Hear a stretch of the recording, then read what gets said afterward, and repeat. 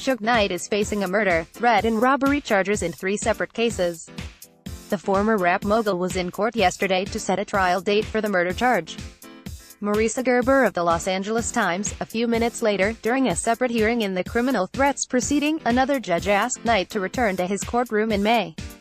The judge then turned to Knight, asking who he thought would win the NBA playoffs.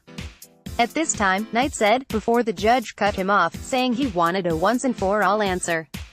"Houston," Knight responded. "All right, Houston. Good pick," the judge said. Knight smiled. "What? It's a series that has hinged on defense. Boston has played it well for the majority of 5 games, bottling up Milwaukee in the half-court. The Bucks only played it with real energy at home, and only for about 6 of the 8 quarters the last 2 games, but when they do they have overwhelmed the Celtics, then converted turnovers and missed shots into transition and early clock opportunities the other way." For Game 5 Tuesday night, Boston gets its best perimeter defender back, Marcus Smart.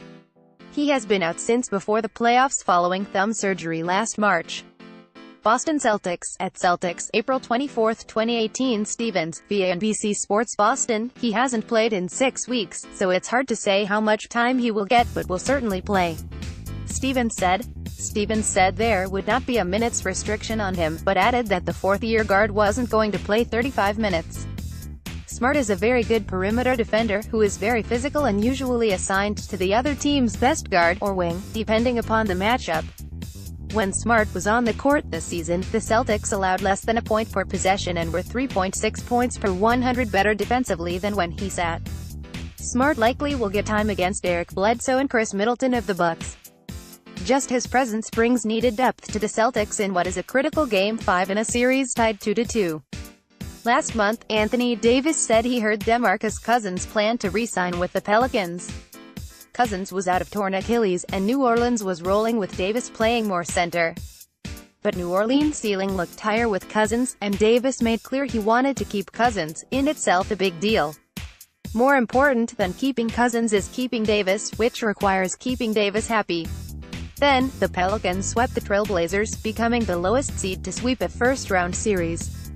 Is everyone still sure Cousins warrants a max contract, which projects to be worth about $176 million over 5 years?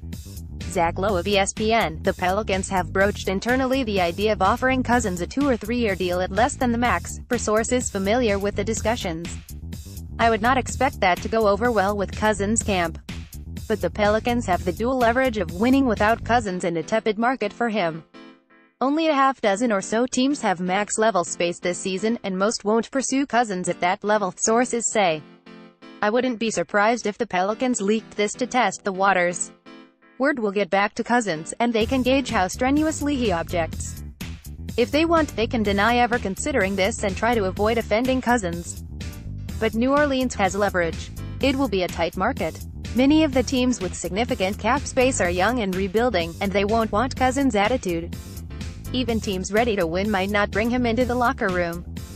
Returning from a torn Achilles, hard for any player, will be especially difficult for the 6'11", 270-pound Cousins. That said, Cousins has leverage on the Pelicans, too. He's extremely talented, and players that talented are hard to come by. New Orleans would still essentially be capped out if he walked, left with only the mid-level exception to replace him. Cousins and Davis play well together, and Davis, who can become an unrestricted free agent in 2020, wants Cousins around. Confronted with a similar situation with Jrue Holiday last summer, capped out and no mechanism to adequately replace him, the Pelicans spent big. Holiday wasn't hurt and didn't have any fit concerns with Davis. For New Orleans, it's clearly worth securing the 27-year-old Cousins for the next couple years. The upside is too high. But, especially given the injury, guaranteeing him money into his 30s is undesirable. On the flip side, Cousins should want long-term security. This might be his last chance to get it. So, maybe both the Pelicans and Cousins can meet in the middle. But finding that point is never simple. Shortly after Giannis Antetokounmpo led the Bucks to a Game 4 win over the Celtics on Sunday, someone eating at a Milwaukee taco restaurant tweeted a photo of the Greek freak waiting for a table. According to the tweeter, nobody helped Antetokounmpo at all. The picture went viral. But the restaurant claims a manager greeted Antetokounmpo and released surveillance footage to prove it. "We appreciate everyone's passion for treating Giannis and all customers with great customer service. Monday's follow-up read. It is something we strive to do every day. We reviewed the entryway footage from last night, and we are proud to reaffirm that Giannis was promptly greeted by our manager and told to wait time. Giannis has been a customer many times and he has graciously accepted our apology for not being able to seat him and other customers more quickly last night. Our focus is now on supporting our team on this playoff run. Go Bucks. The release conclude with the hashtag. The wait was longer than he wanted, so he went elsewhere. He has more important issues to focus on, like Game 5 in Boston tonight. Kevin Durant liked an Instagram comment critical of Russell Westbrook.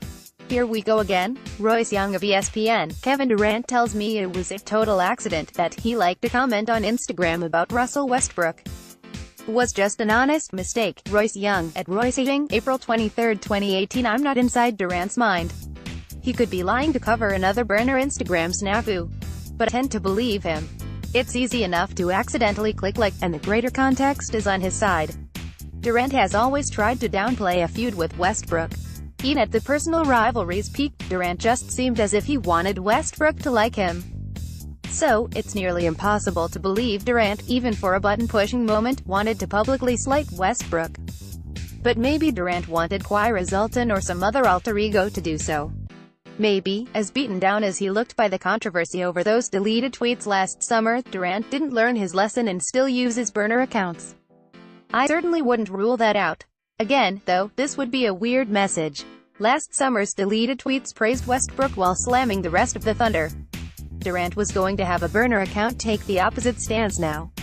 That doesn't really